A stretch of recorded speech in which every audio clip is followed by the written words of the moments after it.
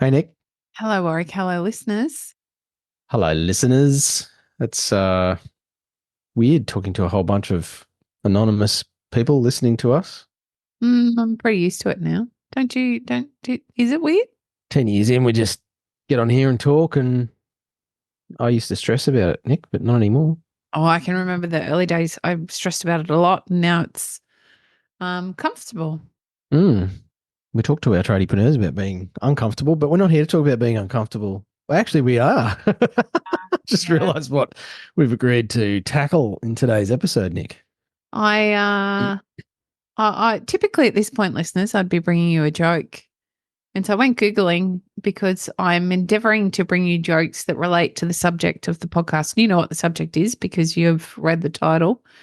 And so I've been googling jokes about husbands and wives. Oh, gosh, Most of this them should are be interesting. visual. They're very visual, and so I've really been feeling a little challenged. But here's one. There's a wife saying that her husband and herself both have a cold. The only difference is she's cleaning the kitchen and he's dying. Sort of thing. Um, I know the Bible talks a lot about forgiveness and all, but I'm pretty sure that Jesus would hold my purse while I kicked your ass. I can see where this is headed. um, So far, it's the dudes that are, you know, they're cast down as the problem, Nick. every woman's dream is that a man will take her into his arms, throw her into bed, and clean the whole house while she sleeps. Okay, I'm picking up on a theme here, Coxie. Have you selected these just for me?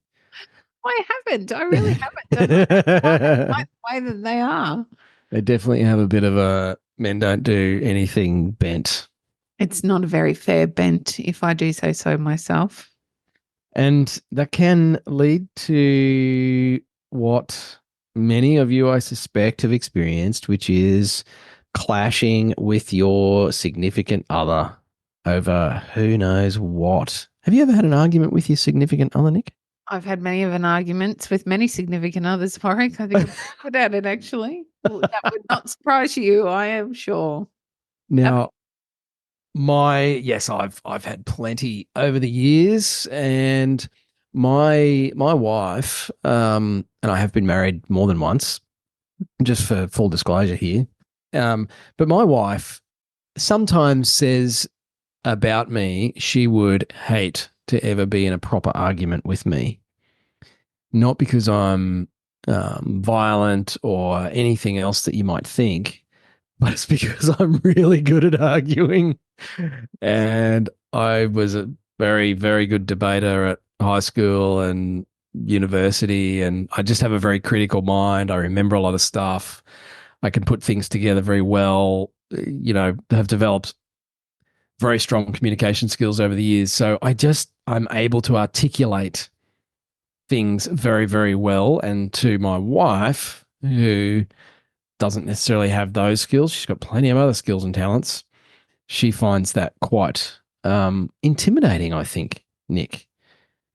I would like, I'm listening, I'm sitting here and I'm listening with it, my own understanding of where your wife is coming from. And I would like to really understand from you. Help me understand, Warwick. When it comes to winning an argument, as you referenced earlier, or actually you didn't, you said that your wife would not like to be in a proper argument with you. And I think this is very much where this conversation is going to go today. In an argument, there's a winner and a loser, That's right. generally. And so I'd like to understand if you've developed all of these wonderful skills that help you win arguments, what is the benefit of that to you, honestly? There is no benefit, Nick, and that's why I don't use those skills. No, there are definitely times when we need to be able to have those confrontations and navigate our way through a challenging conversation. So I would suggest that that's where they'd be super beneficial. However, in a personal exchange with your significant other, that just feels like recipe for disaster to me. And everyone walks away feeling shitty and hurt and upset. And I can't see any goodness out of there being a winner and a loser in an argument. No, and in fact, I had a good go at it for about 10 years with my my ex-wife, The my, first time around. my previous wife. Um, And I won lots of arguments, but I lost everything. Mm.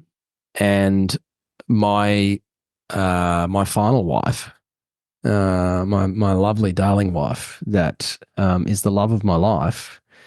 Her and I disagree on several things, and we disagree. I wouldn't say often, but it happens on occasion. We absolutely disagree on things, but we never argue. And there's a big difference between agreeing on everything and arguing about stuff. Okay, so I think that this is a great concept to call out really early. You don't have to agree all of the time. In fact, relationships between people that agree all of the time are recipes for disaster because they lack the. I don't think people are living their true, authentic selves if they're agreeing with someone all of the time because our opinions differ. We have different lenses and different life experiences that mean we're not going to agree all the time. That should never be your gold standard. Your gold standard, and something I'd encourage all of you listeners to strive towards, is finding a way to navigate through those challenging conversations that require you to share your truth.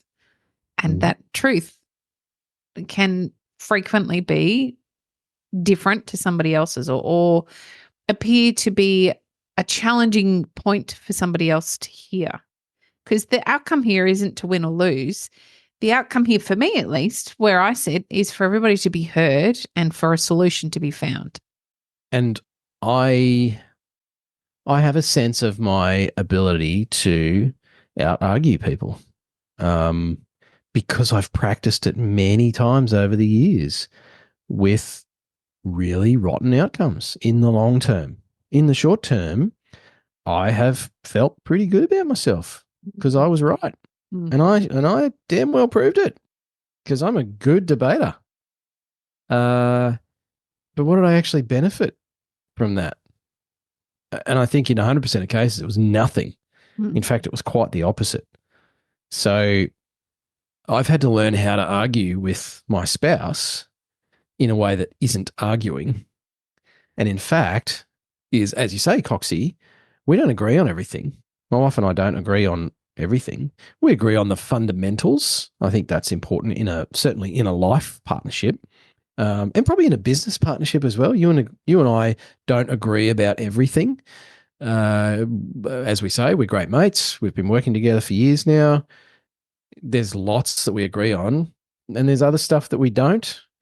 And we don't choose to argue about it because I don't need to change your mind about stuff. And there's no way you're going to change my mind about stuff. And I think you're intelligent. You're an intelligent woman and you know that's not going to happen. But where's it going to lead? Like, it's not going to benefit either of us, even if we're coming from a place of, if you think that something I'm doing is disadvantaging me or my family or our business, and you're coming from a place of, but Warwick, this is not serving you. This is harming you. Can't you see? Let me tell you why you're wrong about your choices. That's not going to end well because I'm actually going to push back harder because you're challenged. In an argument, it becomes personal. Yeah. And it becomes about ego against ego. And my self-worth is at stake in an argument. And that's why arguing is a lose-lose game. Yes, agree. Both lose. Shall we talk about how you and I navigate some of those challenging conversations? Because I don't want anybody to think we don't have them. We have them, I wouldn't say regularly. From time to time, we'll have a challenging conversation about something we disagree on. Perhaps we could utilize our own personal circumstance to help others understand another way. So usually because I say something carelessly or mindlessly. That's not true. And then 7 minutes later, it's like, ooh, I just heard what I said. Can we make that point though? I think that's a fantastic point. And it's something that we both do. You're not alone there. I feel as though that's you've actually nailed that. Because there is space. Hang on, I'm going to backpedal a bit here. I emphatically trust you, and I hope and pray you feel the same about me. And so therefore I know, no matter how tough the conversations get, that at the end of it, the outcome for both of us is that we are still in business together, no matter what. So I trust then that sometimes when we have these robust conversations, what is actually required is space, because Mm. in the space, there's the opportunity for each of us to listen.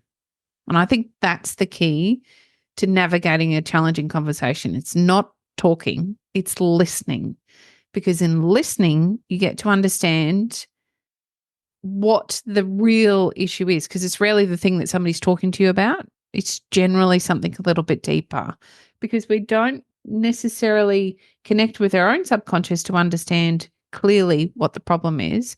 And with some time and some space to talk out of frustration, generally it appears our brains are very clever at serving it up to us. But sometimes the person that's talking doesn't understand that they've just uncovered what the real problem is.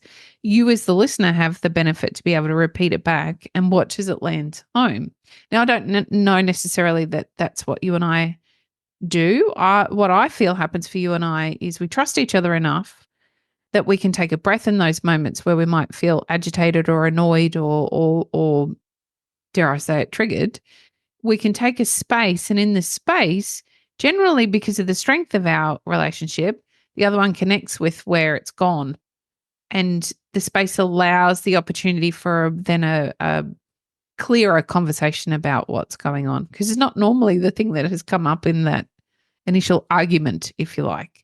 Almost never. No. And I think any of you who are listening to this who are in a long-term relationship with somebody, or you're in a long-term business partnership, and this even applies to team members, Nic, Mm. You would know that the thing that you're fighting about or arguing about is not actually the thing. It's not the fundamental issue. I know when my wife and I have our disagreements, and sometimes we grate on each other. We refer to them as the patches of gravel on our road, and we drive through these patches of gravel, and it's skatey and it's uncomfortable, and you're white knuckling the steering wheel, and it feels like you might slide off into the scrub and roll the car, and the whole metaphor for our marriage. Now, I'm a bit more of a seasoned campaigner than my wife, and she's had some experiences in her life that make her a lot more mature than her years would perhaps indicate. And I know that stuff is part of a relationship. Mm-hmm. There is no such thing, as you said earlier, as a strong, sustainable, lifelong partnership that is just like driving up the M1 for your entire relationship together. Mm-hmm. You're going to hit some gravelly patches, some ice. You're going to end up stuck in a prang. Like, there's bugs on the windshield. It's all part of the journey of a relationship. And if there isn't any of that stuff, and I've had a couple of mates who had that, they had that marriage. I was like, oh, no, we never argue. We don't disagree about anything. Everything's always rosy. And in the end, they both got bored stupid. Mm-hmm. And one of them went and found something exciting. Mm-hmm. And that was the end of that relationship. Yep. You can also have too much gravel. Yes. So it's about the balance, but I think it's actually about acknowledging that this is not a fundamental problem with the relationship. And for you and I, to go back to what you're saying, Coxie, in our mateship, in our business partnership, yes, we disagree on stuff. Yes, I like a different T word to trigger because I get sick of hearing the word trigger. It triggers me. But I think we feel threatened. And so the fight or flight gets activated. Sometimes I feel threatened by things that you say, and I feel my blood pressure go up. I feel my heart rate go up. And that's a good time for me to shut my damn mouth, tell you I need to go to the bathroom, and create that space that you're talking about. Because I'll go away and have time to process and take a breath and go, okay, what was Nic actually saying? What if I was truly listening? What is she saying? What do I need to hear? And same, I'm sure, for you. Yeah, totally. Often when my internet drops out, it's just me getting some space. It's like, sorry, Nic, internet just dropped out. I knew there was something going on. But that's the cool thing about a relationship on Zoom. You can't really do that in a marriage or a life partnership. It's like, Sorry, you're breaking up, honey, when they're standing right in front of you. It's a bit hard. You can slam the door. That always works. But we agree on the fundamentals, and my wife and I are the same. I never question her love for me. I never question her intent with our marriage or raising our son or whatever it is, because we've actually made formal, explicit agreements on the things that really matter. And all it requires is for either one of us to just take a breath and 20 seconds to go, hang on, what's really going on here? Yeah. What am I not hearing? So this is the point, listeners. If you want to learn how to effectively disagree with your life partner or one of your clients or one of your team or anyone in your life. Ozzy's doing a mini course on how to argue like a freaking pro. No, we're not going to do that. Instead, I encourage you to listen and try to critically think about what's happening. And that can be really, really hard when you're feeling elevated. And so that's where we need to take a bit of space, because in the space you'll find the solution or the answer or the understanding of what's truly going on. And I don't mean driving off into the sunset and not coming home for a weekend. I mean, just go and walk in the backyard for 10 minutes and take a little bit of time, breathe deeply, come back to the conversation. Let your spouse know that you will come back to the conversation. You just need to take a few moments. But that's the key. I really feel the key is in listening. And if you are listening effectively, you can generally find the opportunities to talk through the real issue at hand rather than getting stuck on the surface level thing that probably is just irritating and a symptom of something deeper. Essentially, turn an argument into a disagreement. Because if it's a disagreement, it's a difference of perspective. Yep. And that can be discussed. Arguments are about who's right or wrong. Yeah. And that never goes well, as we know. Doesn't help anyone. I really want to be very funny now and come in with some sort of argumentative statement at the end of this podcast, but I can't think of any. I've gone blank. It's because you agree with me about everything, because I'm always right. I absolutely agree with you all the time. You are right. Thanks for listening, listeners. Stop arguing, start disagreeing. And if you want any tips on how to argue better, just let me know. I'll start doing a private online crash course. Hooray.